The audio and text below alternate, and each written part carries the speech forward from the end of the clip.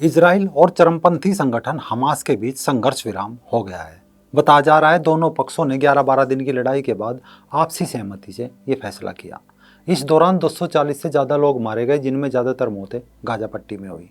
Israeli cabinet ने भी आपसी सहमति और बिना शर्त के युद्ध विराम के फैसले पर मोहर लगा दी है। नमस्कार दोस्तों, रंग दे बसंती में आपका एक बार फिर से स्वागत है। मैं हूं राजीव चौधरी। मध्य पूर्व में इजराइल और हमास के टकराव में कई चीज़ें सामने आई। एक तो चीन खुलकर फिलिस्तीनियों के समर्थन में कूदा, दूसरा इजराइलियों ने इसके जवाब में चाइना को उसकी औकात दिखाते हुए कहा कि दुर्भाग्य से चाइना का यहूदी विरोधी चेहरा फिर से सामने आया। चीन के सरकारी मीडिया में खुलेआम यहूदी विरोधी कवरेज परेशान करने वाली है। ये तो चाइना था। दूसरा, अब इसमें भारत और पाकिस्तान से भी कुछ वीडियोस दिखाते हैं और साथ ही ये भी सवाल बनता है कि आखिर एक बार फिर इनके 56 देश क्यों इजराइल के खिलाफ सिर्फ ट्वीट खेलते रहे।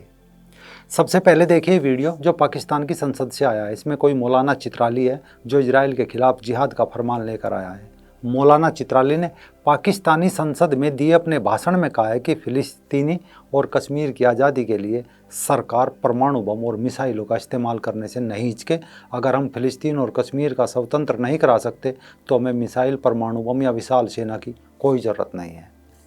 जनाब स्पीकर, अगर आप कश्मीर को आजाद करना चाहते हैं, अगर आप कश्मीरियों के साथ मदद करना चाहते हैं, अगर आप फलस्तीन को आजाद करना चाहते हैं, अगर आप फलस्तीनियों के साथ मदद करना चाहते हैं, तो आपके पास सिर्फ एक ही रास्ता है और वो रास्ता ये है, वक़ातिलू फी सबीलिल्लाह, वक़ातिलू फी सबीलिल्लाह, ला सबीलना इल्ला बिल जिहाद।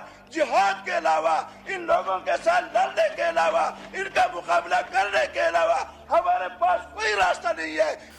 पहले तो मौलाना को कोई समझाए कि युद्ध सिर्फ दाढ़ी, टोपी और तकरीरों से नहीं जीते जाते, उसके लिए खोपड़ी में भेजा होना भी चाहिए। क्योंकि 90 के दशक में सोवियत संघ के पास हजारों परमाणु हथियार थे, लेकिन फिर भी वो खंड खंड हो गया था।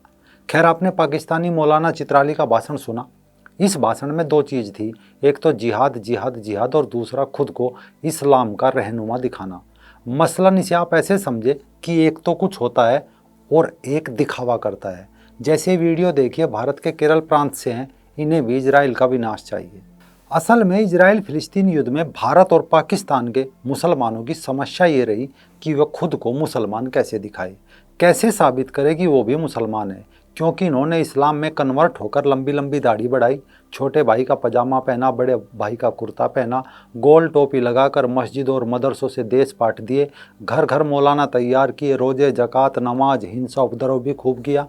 लेकिन फिर भी सऊदी अरब के प्रिंस MBS ने एक झटके में इन्हें मुसलमान मानने से मना कर दिया और कहा ये तो अल हिंदी मस्कीन है, मतलब नकली मुस्लिम, अरब के गुलाम। तो अब ये लोग खुद दिखाना चाहते हैं कि देखो भाई, हम भी मुस्लिम हैं। इसी कारण फिलिस्तीन और इजराइल वार के बीच पाकिस्तानी विदेश मंत्री फिलिस्तीन का बहाना लेकर तुर्की पहुंच गए। उन्होंने मुस्लिम देशों का खलीफा बनने का सपना देख रहे राष्ट्रपति रेसेप तैयब एर्दोआन से बड़े जोश से मुलाकात की। अब मुलाकात के बाद लोगों को अंदाजा था कि ये लोग गाजा में सेना भेजेंगे, अपने बम वर्षक विमान भेज देंगे, 2-4 दिन में इजराइल को तबाह कर देंगे और जीत के जश्न की नमाज पढ़ेंगे। लेकिन जब मुलाकात के बाद बाहर आए तो इन्होंने कहा कि अब फिलिस्तीन में कोरोना सहायता भेजेंगे, मसलन PPE किट, सैनिटाइजर और मास्क। लेकिन सब ऐसे नहीं है। लेबनान से नहीं रहा गया, उसने इस खूनी संघर्ष के बीच एक बयान देकर इजराइल पर गोले दाग दिए, वो भी गिनकर 6 गोले। वो भी लेबनान की सीमा कूदने से पहले ही लेबनान में फट गए। इसके जवाब में इजराइल ने लेबनान की ओर 20 से ज़्यादा गोले दागे। एक बयान और 6 गोले दागने के बाद लेबनान के विदेश मंत्री खाड़ी देशों के निशाने पर आ गए और अपना इस्तीफा दे दिया।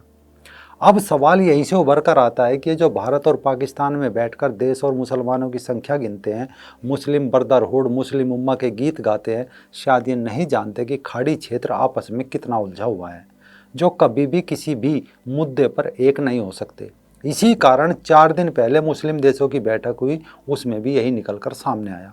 मीटिंग बुलाई तो गई थी इजराइल को धमकाने हड़काने के लिए, लेकिन खुद ही उसमें उलझ बैठे। ईरान के विदेश मंत्री मोहम्मद जवाद जरीफ ने सारा आरोप UAE और बहरीन पर थोप दिया। दरअसल पिछले साल संयुक्त अरब अमीरात ने इजराइल के साथ रिश्ते सामान्य किए थे। इसके बाद बहरीन, मोरक्को और सूडान ने भी UAE का अनुसरण किया था। वहीं मिस्र और जॉर्डन ने भी इजराइल के साथ शांति समझौते किए थे। अब ये देश तो बोलेंगे नहीं, ये तो इस मीटिंग में हाँ हूँ करके चले आए। अब बाकी जो बचे थे उनमें तकरार है, इसी का फ़ायदा इजराइल को मिलता रहता है। ये फ़ायदा क्यों मिलता है, इसे सबसे आसान तरीके से ऐसे समझिए। जिस इजराइल से लोग लड़ने को जमा हुए थे, अब वो कोई मालदा, सहारनपुर या बंगाल का बसीराट तो नहीं है कि नाराए तकबीर लगाया और मजहब के नाम पर आसमानी किताब की ठेकेदारी का शोर मचाकर बाजार लूट लिया। नहीं, वहाँ ऐसा नहीं हो सकता, क्योंकि इन लोगों ने 2 बार 1948 और 67 में कोशिश की, दोनों बार मुंह की खानी पड़ी, जिसमें सीरिया अपनी गोलन पहाड़ियाँ दे आया और मिस्र के करीब 400 फाइटर जेट्स खत्म हुए थे। यरूशलेम हाथ से गया और गाजा का काफ़ी हिस्सा भी। इसके अलावा इनकी अपनी फिरकों और शिया सुन्नी में बटी तकरार की दुकान है। लेबनान कहता है कि ईरान हिजबुल्ला के बहाने लेबनान के मामलों में दखल दे रहा है। अब हिजबुल्ला लेबनान के शिया मुसलमानों की नुमाइंदगी करता है, वहाँ की गठबंधन सरकार में भी है। इस हिजबुल्ला की पीठ पर ईरान का हाथ है, तो वहाँ की सरकार सुन्नी है और उसकी पीठ पर सऊदी अरब का हाथ है। इसके अलावा सीरिया का हाल सब जानते हैं। अभी तक सीरिया में 2 पार्टी लड़ रही थी। एक तरफ लड़ रही थी असद की फौज जो शिया है, और दूसरी तरफ था विरोधी गुट जो सुन्नी है। विरोधी गुट के साथ अंदरूनी रूप से सऊदी खड़ा था, तो तुर्की और ईरान के साथ मिलकर असद का साथ दिया। इसके बाद बचा यमन। अब यमन में भी गृह युद्ध चल रहा है। ये अजीब कौम है, जब दूसरा ना मिले तो खुद ही लड़ने लगते हैं, एक दूसरे के खिलाफ जिहाद का बुगुल फूंक देते हैं। वहाँ भी हुती विद्रोही लड़ रहे हैं। सत्ता के खिलाफ उन्हें भी सुन्नी राष्ट्रपति अली अब्दुल सालेह पसंद नहीं है, तो यहाँ भी कथित सरकार के साथ खड़ा है सऊदी अरब, और हुती लड़ाकों को लड़ा रहा है ईरान। करीब करीब 7 साल से लड़ाई चल रही है, जंग अब खत्म होती नहीं दिख रही है। अब आगे बढ़े तो एक तरफ 34 साल के सऊदी अरब के क्राउन प्रिंस मोहम्मद बिन सलमान, और दूसरी तरफ 95 साल के मलेशिया के प्रधानमंत्री महातिर मोहम्मद। इन दोनों की भी आपसी टकरार है, क्योंकि महातिर कई जगह ईरान को सपोर्ट करता है तो सऊदी को मंजूर नहीं है। इस कारण यहाँ भी इनकी एकता का ऊँट साथ नहीं बैठ पाता।